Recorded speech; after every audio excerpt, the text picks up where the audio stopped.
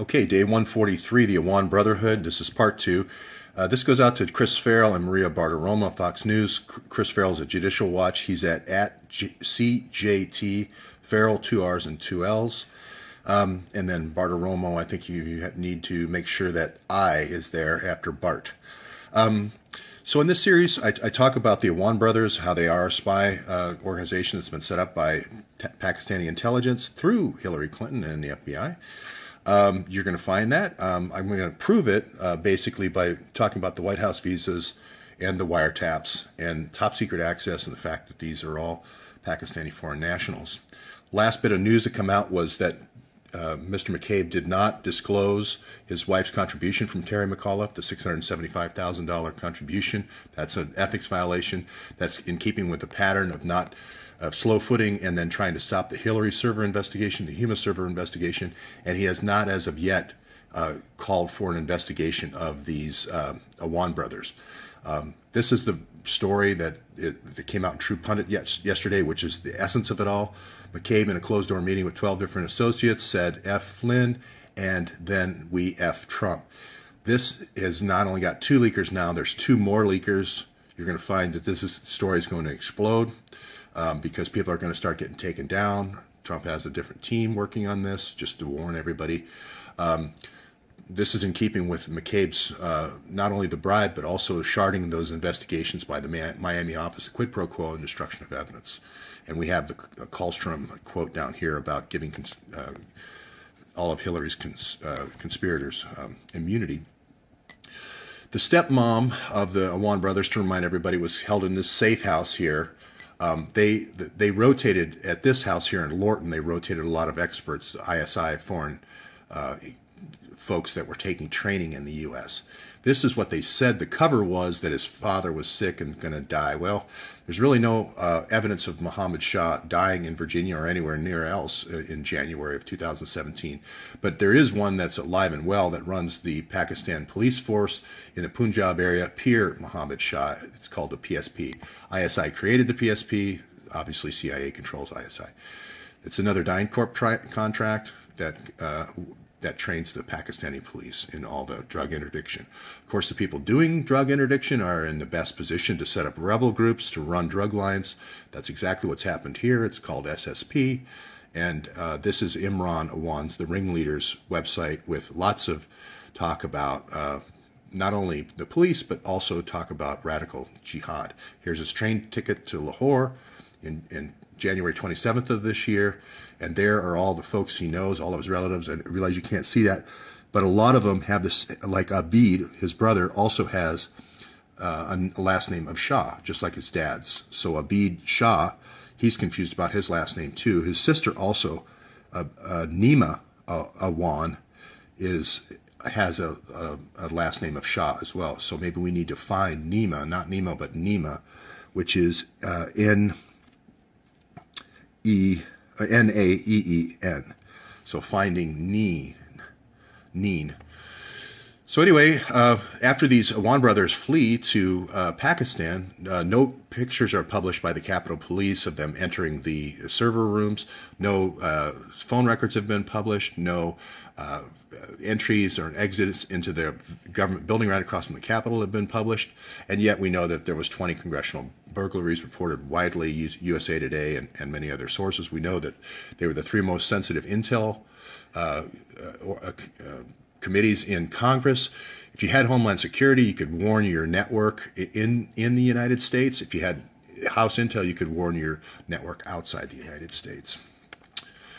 So we know Debbie Wasserman Schultz had Jackie Spear get them top secret clearance for these folks. We also know about the Vault 7 information coming out, which is a perfect cover for these Awans using Vault 7 type tools.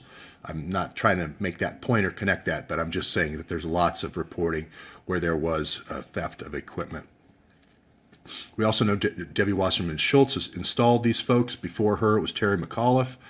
Back in 2004 for the first Awans. There were the 31 Democrats that sit on those key committees. We also know the first congressman that installed the first Awan was Greg Meeks, who the watchdog group says is the most corrupt in Congress. We also know they've received $4 million.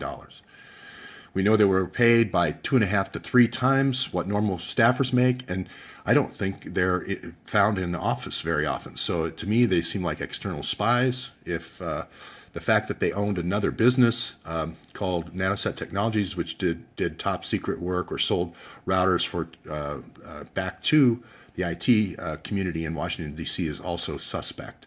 The fact they had a mortgage company and a couple of car dealerships.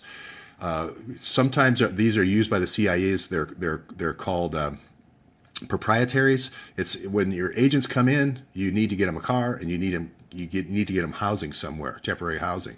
Sometimes you need to get them a permanent cover, like a mortgage and so forth. In this way, if you run it all through just the Awans, you erase the footprint trail of all your agents all over the United States, not just in the Virginia area.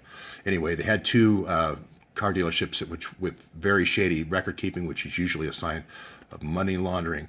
We know some of the people that came in. This is Mohammed Hunsla. He was a cyber warfare expert. He's trained by the Pakistan Army. He's a cell phone or cell hacking person. We know he worked for Lightbridge. I believe that the contract he actually did was DISA. I believe he was initially trained in Falls Church, Virginia, but also trained in Columbus, Ohio. I also think he's the person that did the Dennis Kucinich hack in his congressional office in Washington, D.C. There's a long history of the Clintons running drugs from in Iran-Contra, so in Mina Airport, but I also believe that Gulen here was instrumental in setting up the Pakistan to Turkey drug run, originally for Zbigniew Brzezinski, but then later on, after through the northern route through the Stans, and then Azerbaijan, going that way through to Turkey as well. But we know that we have people in custody right now in the Washington, D.C. area. Reza Zarab, who is actually that bag man for those drugs. We know he has contact. The Awans had contact with this Hezbollah fugitive. Hezbollah runs the drug line through Iran. So we're going to find out that the negotiation for the Iran hostage deal and the negotiation for the nuclear deal, one component of it is to maintain the rat line through Iran, or reestablish the rat line. Again, there's an odd connection to a Bangladeshi doctor who is in Baltimore, Maryland, that runs the VA clinic, the Virginia and Maryland Health Clinic there. We have New Dawn Publishing. Let me reject this call. We have New Dawn Publishing is one of their businesses, which there was a very famous Dawn Publishing in Pakistan, as well as she's the CEO of this Nanoset Technologies. Here's the old golden route from Pakistan. This is the old Zbigniew Brzezinski line from Pakistan to Turkey.